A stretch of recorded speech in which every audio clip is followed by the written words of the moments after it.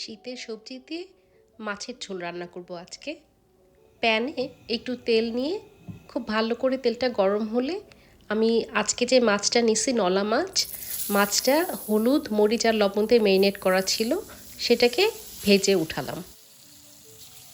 এক একটা পাশ 2 মিনিটের মতো করে ভাজলেই ঠিক আছে। পরে তো রান্না করব, সো একদম খুব কড়া ভাজি করবার কোনো দরকার নাই। দুই পাশে ভাজা হয়ে গেলে আমি এই তেলটার ভিতরে পেঁয়াজ একটু সটে করে নিব।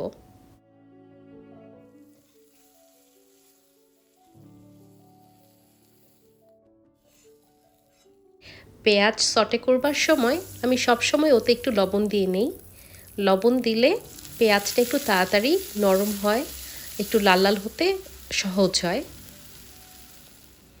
পেঁয়াজটা নরম হয়ে গেলে সেটাতে আমি আগে থেকে ব্লেন্ড করে রাখা আদা রসুন আর পেঁয়াজের সাথে জিরা একসাথে ব্লেন্ড করে নিয়েছিলাম, এই দুইটা দিয়ে ছোট ছোট কাঁচামরিচ 3টা দিয়ে আমি এটাকে খুব ভালো করে একটু ভেজে নিলাম।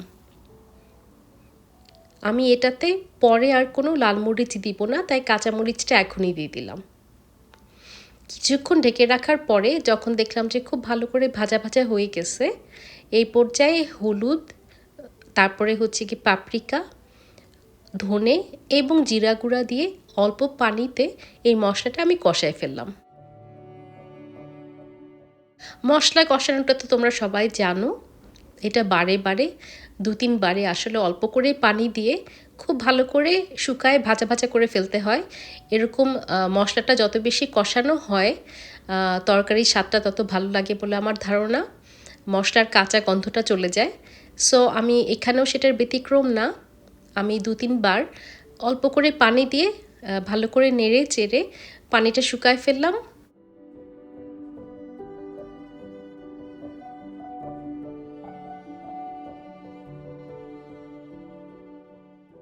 এখন দেখে মনে হচ্ছে মোটামুটি মশলাটা একদম রেডি পরবর্তী ধাপের জন্য। এই পর্যায়ে আমি যে সবজিগুলো দিব, যেটা সেদ্ধ হতে সবথেকে বেশি সময় লাগবে, সেটা আগে দিয়ে মশলার সাথে খুব ভালো করে মাখায় ফেলবো। আমি শাকের সাথে যেই মূলাটা ছিল সেই মূলাগুলো কেটে আমি মূলাটা আগে দিলাম, ভালো করে নেড়ে চেড়ে নিব। নাড়াচাড়া করে মশলার সাথে ভালো করে মাখানো হয়ে গেলে এটা 2 মিনিটের জন্য একটু ঢেকে রাখবো।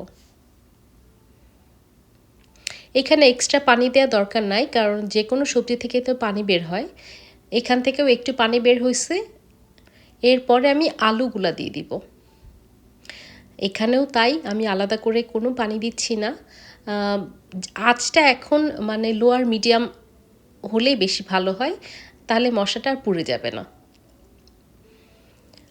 আলু যখন খুব ভালো করে এরকম মশলার সাথে মাখানো হয়ে গেল, এরপরের ধাপে আমি বেগুনগুলা দিয়ে দিলাম। বেগুন সিদ্ধ হতে সব থেকে কম সময় লাগে, সেই জন্য বেগুনটা আমি সবার পরে দিলাম। কিছুক্ষণ নাড়াচাড়া করার পরে আমি এটাতে গরম পানি দিয়ে দিলাম। আমার আন্দাজ মতো ঝোল যতটুকু আমি রাখবো ততটুকু পর্যায়ে পানি, তার থেকে একটু বেশি দিলাম কারণ পানিটা তো একটু শুকাবে। আমি এখানে লাল টমেটো না দিয়ে কাঁচা টমেটো দিয়ে দিছি, একটা ছোট বাসায় ছিল সেটাই ব্যবহার করে ফেলছি। ঝোল যখন খুব ভালো করে বলক উঠে যাবে, সেটাতে আমি ভাজা মাছগুলো দিয়ে দিলাম। ভাজা মাছগুলো দিয়ে খুব ভালো করে নেড়ে চেড়ে তারপর এটাকে আমি ঢেকে রাখবো কিছুক্ষণের জন্য।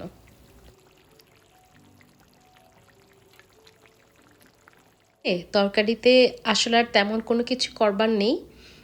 এই বেশি করে আঁচ দেওয়া অবস্থাতে আমি একটু পরপর দেখব যে সবজিগুলো সিদ্ধ হয়েছে কিনা। সবজিগুলো সিদ্ধ হয়ে গেলেই আমার রান্না শেষ। তরকারিতে একটু লবণ দরকার ছিল, সেজন্য আমি একটু লবণ দিয়ে দিছি।